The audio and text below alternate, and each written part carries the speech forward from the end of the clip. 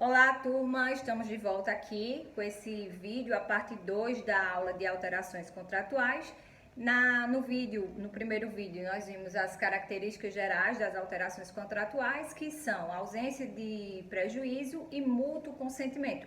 Vimos também as exceções a essa regra geral. A gente viu que é possível que hajam alterações que impliquem prejuízo para o empregado, se elas forem decorrentes de negociações coletivas e estiverem dentro daquelas situações de 611-A da CLT, que introduziu no nosso ordenamento jurídico aquele princípio de prevalência do negociado sobre o legislado, ok? E também nos casos em que fique comprovado que a alteração, apesar de resultar em algum prejuízo para o empregado, ela atendeu interesses extracontratuais desse empregado, ou seja, representa um prejuízo para o empregado, mas foi a pedido, foi para atender um interesse comprovado desse empregado.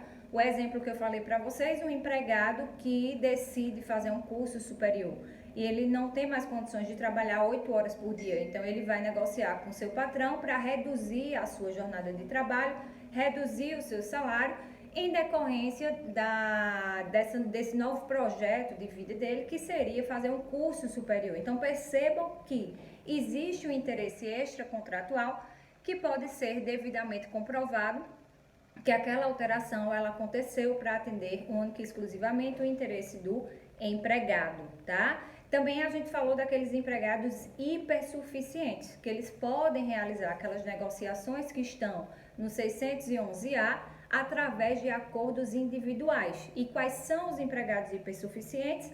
Aqueles que possuem curso superior e recebem pelo menos 2 vezes o teto do RGPS, 12.202,01, se eu não me engano, 2 centavos, ok?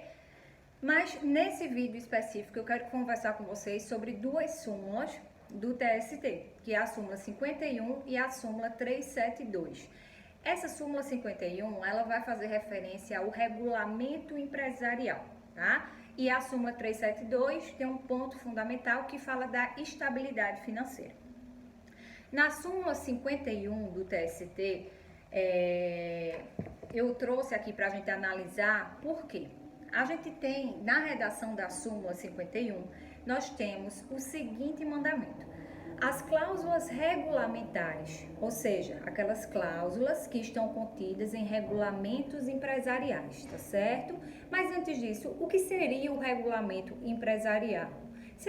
É um conjunto de regras com condições gerais que vão disciplinar a organização daquela empresa, a forma de promoção dos empregados, enfim, que vai disciplinar de forma geral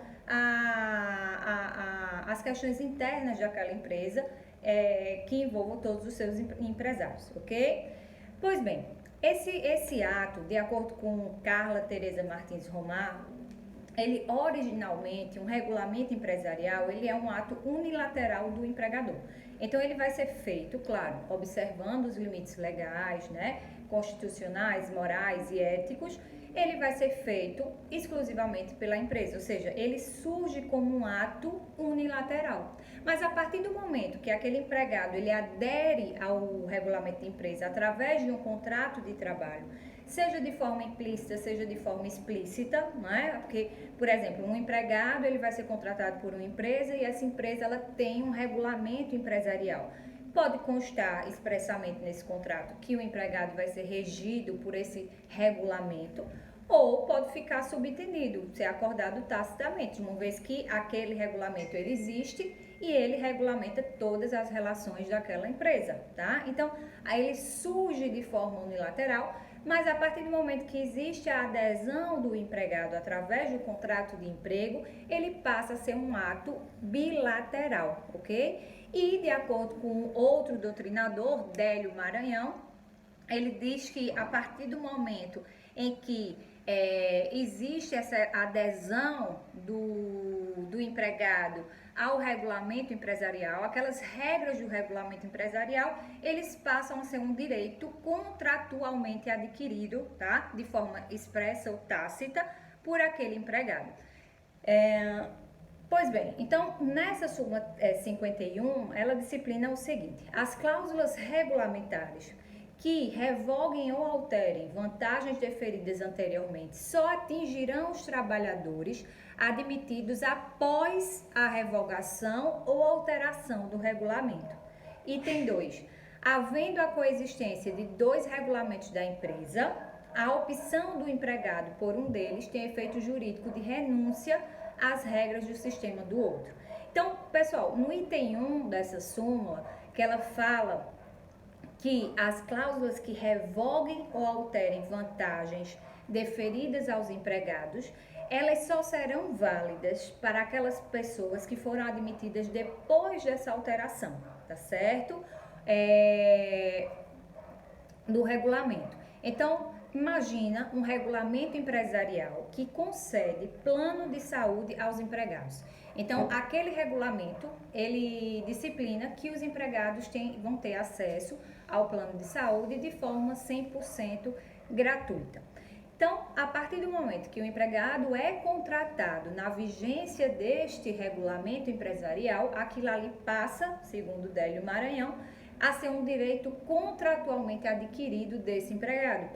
Deixou de ser um ato unilateral, passou a ser um ato bilateral, passou a integrar o patrimônio jurídico desse empregado. A empresa, de acordo com a súmula, ela poderia alterar o seu regulamento empresarial para determinar que, a partir daquele momento da alteração, não seria mais concedida aos empregados plano de saúde?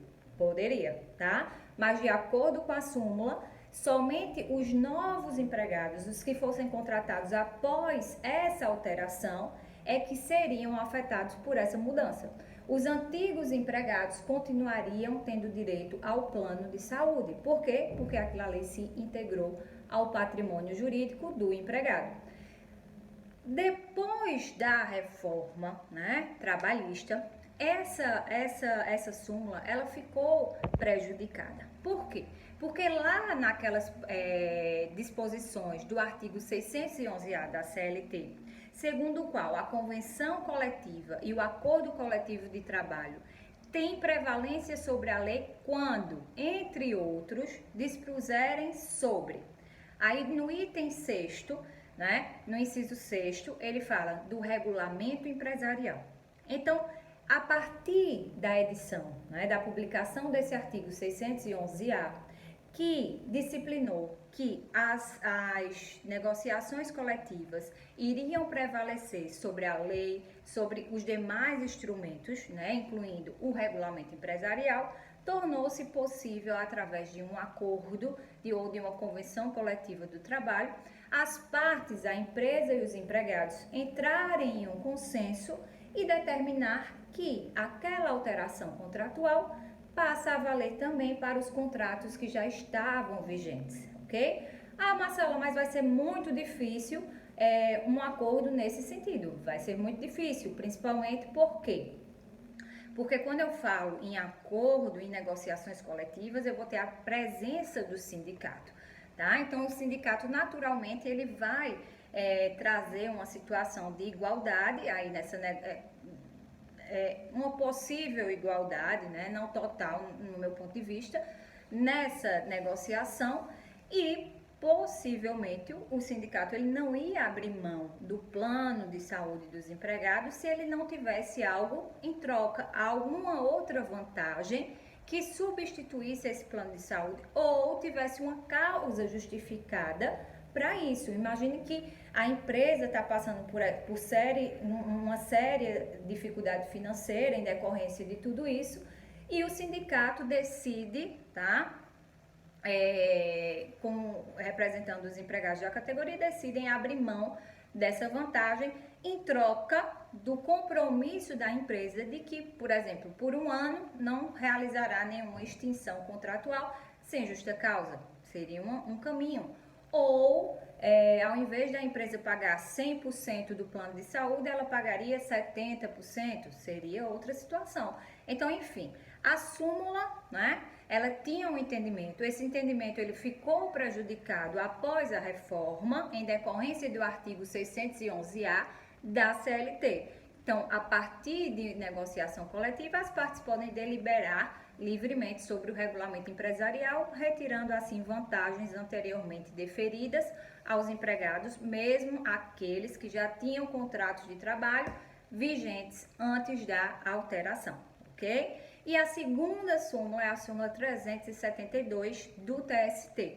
Essa súmula 372, ela disciplina o seguinte: percebida a gratificação de função por 10 anos ou mais pelo empregado, se o empregador, sem justo motivo, revertê-lo a seu cargo efetivo, não poderá retirar-lhe a gratificação, tendo em vista o princípio da estabilidade financeira. Então, pessoal, essa súmula 372 garantia a estabilidade financeira daqueles empregados que passavam 10 anos ou mais exercendo uma função de confiança, tá? Imagine um cargo de gerência, um cargo de supervisão. Então, se ele passasse 10 anos exercendo aquela função, a empresa não poderia revertê-lo ao seu cargo inicial, tá? Sem um justo motivo. E se a empresa fizesse isso, ela pode até reverter, mas ela teria que garantir a estabilidade financeira, ou seja, ela poderia tirar aquela pessoa de uma função de gerência, de supervisão e voltar para a função original, mas tinha que garantir o mesmo patamar salarial que ela recebia quando ocupava a função de confiança. Então, é o que a gente chamava de estabilidade financeira. Essa súmula também, ela foi substancialmente afetada pela reforma trabalhista. Por quê? Porque no artigo 468, deixa eu só abrir aqui, nós temos 2 parágrafos que foram incluídos, né, e alterados pela lei da reforma, né, a lei 13.467 de 2017, e de acordo com esses parágrafos ficou disciplinado o seguinte: não se considera alteração unilateral a determinação do empregador para que o respectivo empregado reverta ao cargo efetivo, anteriormente ocupado, deixando o exercício de função de confiança. Parágrafo 2º.